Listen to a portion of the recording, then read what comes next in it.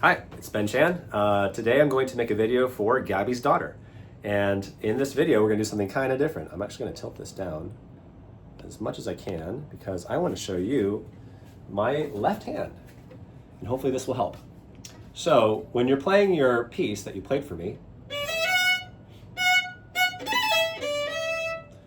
my first finger's here, and then my second and my third. When you go up to hit some of those higher notes, this is where I see a little bit of trouble because you're not finding where you need to go. So let me show you how to do that. Of course, I don't have the nice lines that you do, so look for the line where your third finger goes, okay? And then your first finger is going to have to end up there, okay? I'm gonna show you how to do that, or at least the way that I do it. So down here with your arm, you have a big muscle, so you can pull. See that? Pull and push and pull and push. I think what you're doing right now is you're trying to throw your hand up. So one of the things that you can look for, and for Gabby as well, to watch your daughter's wrist here, if you see the wrist go like that, then that means that you're using, probably, in my opinion, too much wrist. So instead of doing that, what we can do is just use this muscle down here to pull forward, like that. Then your wrist, look at the way my wrist looks here. Do you see how it's kind of pulling along, being pulled by the arm, like that? And not this. If I do that, a lot of things happen. One is my vibrato gets kind of locked up, like it's because of my wrist is like that. And also it puts some tension on your wrist that you don't really need, okay? So going from first position, going up, you use your arm and just watch your finger. Figure out where those lines are that you have, where your third finger should be, is about where your first finger should be.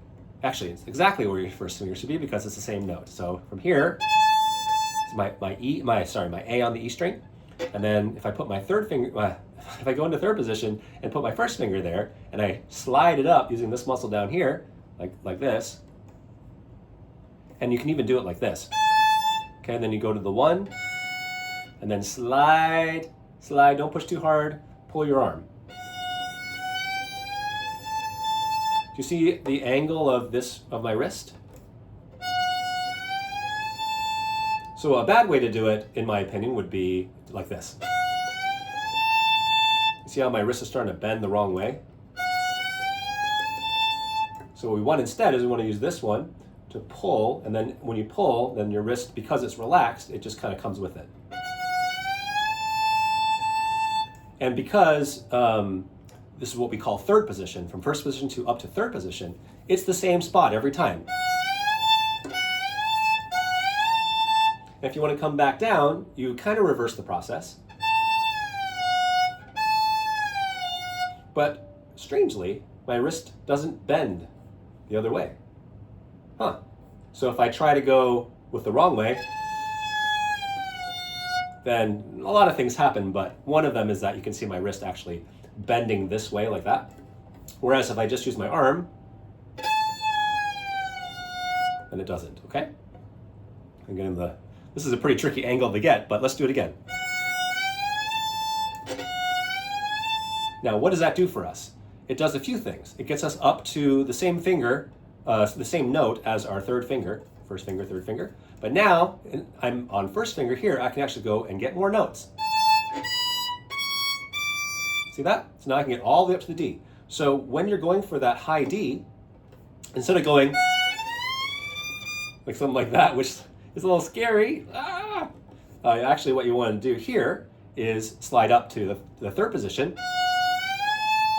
and then go like that. See how I put here, I'll turn it a little bit. Okay, it looks just like if I'm down here. Well, I guess in this case, see how the spacing of my fingers is almost the same as up here. We call that hand frame. So my hand frame down here forms an octave, and then my hand frame up here also forms an octave. So watch your wrist, use your arm to pull, and then when you need to go to another note, figure out where it is. I don't know. Maybe it's here. Okay, and then walk backwards. You're on the fourth finger, walk backwards. You can even keep your fingers, well, you can't keep your fingers down, so. But you can now walk back up.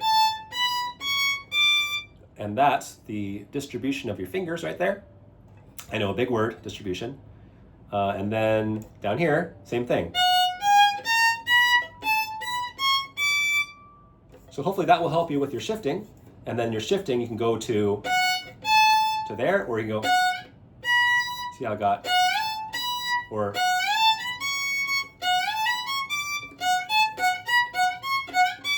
I can hit all of those notes because I'm just bringing my first finger up to the third position, just like that.